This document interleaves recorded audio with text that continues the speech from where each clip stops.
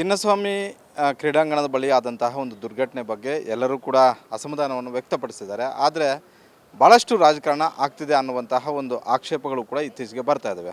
ಒಂದು ಕಡೆ BJPಯವರು ಈ ಘಟನೆಯನ್ನು ನಾವು ಅಷ್ಟು ಸುಲಭವಾಗಿ ಬಿಡೋದಿಲ್ಲ ಅನ್ನುವಂಥದ್ದನ್ನು ಹೇಳ್ತಾರೆ. ಇವತ್ತು ಎಲ್ಲ ಜಿಲ್ಲಾ ಕೇಂದ್ರಗಳಲ್ಲೂ ಕೂಡ ಪ್ರತಿಭಟನೆ ಮಾಡ್ತಾ ಇದ್ದಾರೆ. ನಾಳೆ ಬೆಂಗಳೂರಲ್ಲಿ ಬೃಹತ್ ಪ್ರತಿಭಟನೆಗೆ ಕರೆಯನ್ನು ಕೊಟ್ಟಿದ್ದಾರೆ.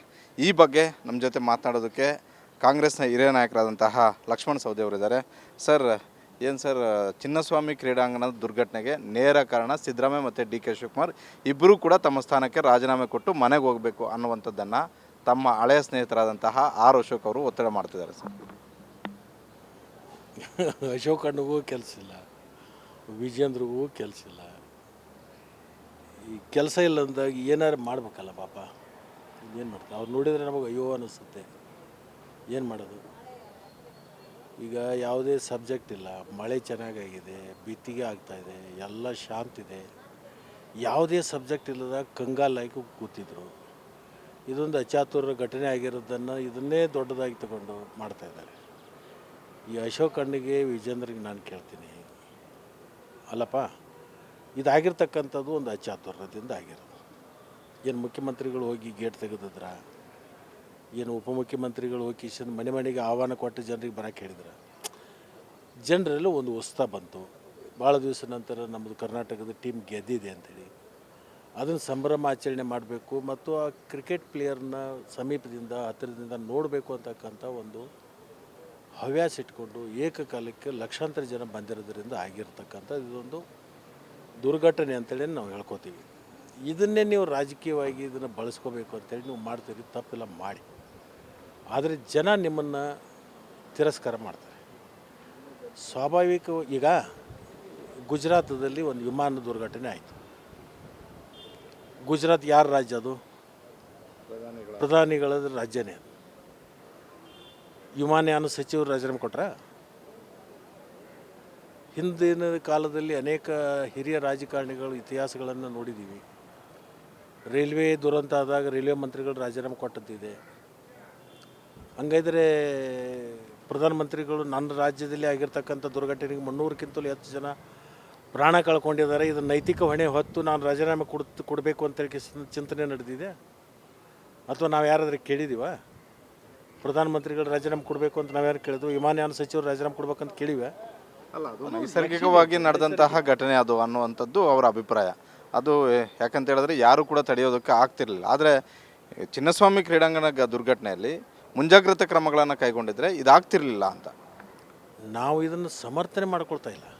ಆಗಿದೆ, ಸ್ವಲ್ಪ ಸಣ್ಣ ಲೋಪ ಆಗಿದೆ. ಸಣ್ಣ ಲೋಪ ಆಗಿರೋದ್ರಿಂದನೇ ಅದು ಆಗಿದೆ.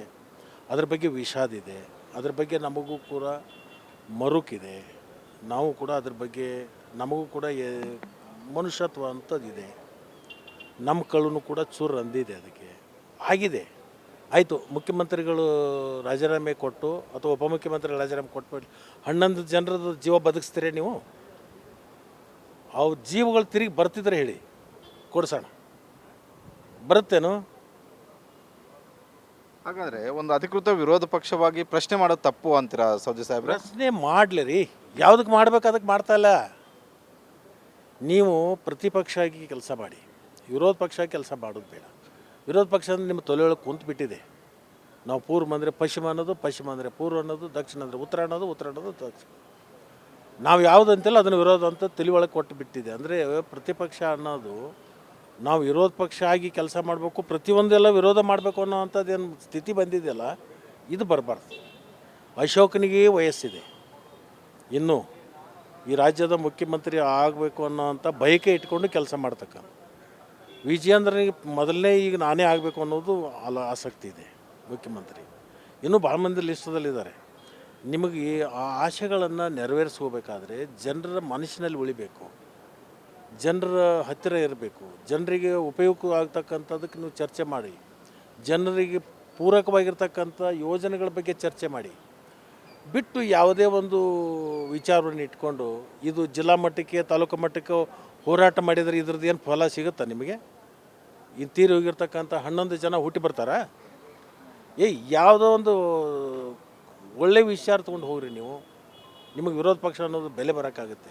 ಹಾಗಾದರೆ ನಿಮ್ಮ ಪ್ರಕಾರ ನಿಮ್ಮ ಇದರಿಂದ ಈಗಿರ್ತಕ್ಕಂಥ ನಿಮ್ಮದು ಏನೊಂದು ಗೇಜ್ ಐತಲ್ಲ ಇದ್ರ ತೆಳಗೆ ಬರ್ತೀರಿ ನೀವು. ಈಗೇನು 60-65ಕ್ಕೆ ಇದಿರಲ್ಲ, ಇಂಥವೆಲ್ಲ ಜನರ ಮನಸ್ಸಿನಲ್ಲಿ ಎಲ್ಲದೇ ಇರತಕ್ಕಂಥ ವಿಚಾರಗಳನ್ನು ಬಿತ್ತಲಿಕ್ಕೆ ಹೊಟ್ಟಿದಿರಲ್ಲ. ನೀವು 60 ಇದ್ದದ್ದು ಈಗ ಮತ್ತೆ ಮುಂದಿನ ಸರಿ ನೀವು 50ಕ್ಕೆ ಬಂದು ನಿಲ್ತೀರಿ. ಸರ್, ಯಾವುದೋ ಒಂದು ಸರ್ವೆ ರಿಪೋರ್ಟ್ ಬಂದಿದೆ ಅವ್ರಿಗೆ, ಮೊನ್ನೆ 150 ದಾಟ್ತಾರಂತೆ. ಮುಂದಿನ ಇದೇ ಟ್ರೆಂಡ್ ಮುಂದುವರೆದ್ರೆ ಅದು 15 ವರ್ಷದ ಲೆಕ್ಕ ರೀ. ಅದು ವರ್ಷಕ್ಕೆ 50 ಅಂದ್ರೆ ಏಟಾಯಿತು?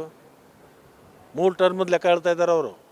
ಅವ್ರು ಒಂದೇ 5 ವರ್ಷದ ಅಲ್ಲ, ಅದು 150 ಬರೋದು, 28ಕ್ಕೆ 50, ಆಮೇಲೆ 5 ವರ್ಷಕ್ಕೆ 50, ಅದ ನಂತರ 15 ವರ್ಷದ್ದು ಲೆಕ್ಕ ಹೇಳ್ತಾ ಇದ್ದಾರೆ ಅವರು.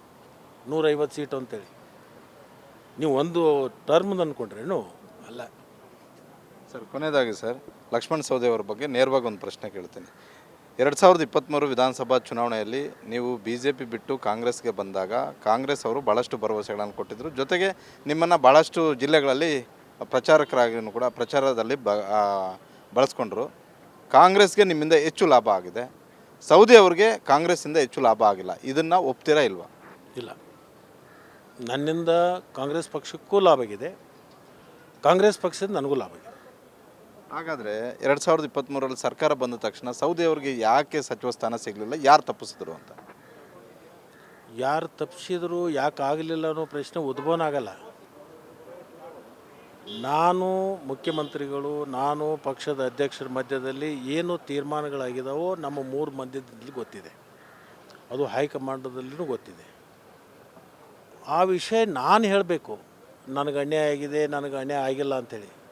ನೀವು ಯಾಕೆ ಅದನ್ನು ಹೇಳ್ತಾ ಇದ್ದೀರಿ? ನಿಮಗೆ ಅಂತ ಹೇಳ್ಕೊಂಡಿದ್ದೀನ ನಮಗೆ ನನಗೆ ಅನ್ಯಾಯ ಆಗಿದೆ, ಇದನ್ನು ನಾನು ಕೇಳ್ರಿ ಅಂತ ನನ್ನನ್ನು ಕೇಳಿದ್ರೆ? ಇದು ನನ್ನ ಪ್ರಶ್ನೆ ಅಲ್ವೇ ಅಲ್ಲ, ನಿಮ್ಮ ಬೆಂಬಲಿಗರು ಹೇಳ್ತಿರೋದು. ಯಾಕಂದರೆ ನಿಮ್ಮನ್ನು DCM ಆಗಿ ನೋಡಿದಂಥವ್ರು, ನಿಮ್ಮ ಕ್ಷೇತ್ರದವ್ರು ಆಗಿರ್ಬೋದು, ನಿಮ್ಮ ಬೇರೆ ಹೇಳಿದರು.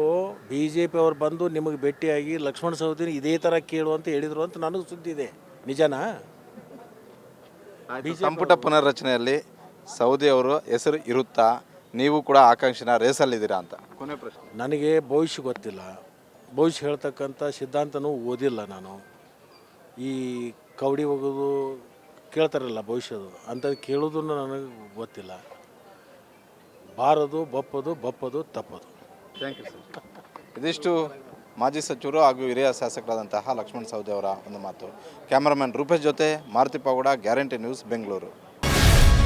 ಗ್ಯಾರಂಟಿ ನ್ಯೂಸ್, ಸುದ್ದಿ ಖಚಿತ, ನ್ಯಾಯ ನಿಶ್ಚಿತ.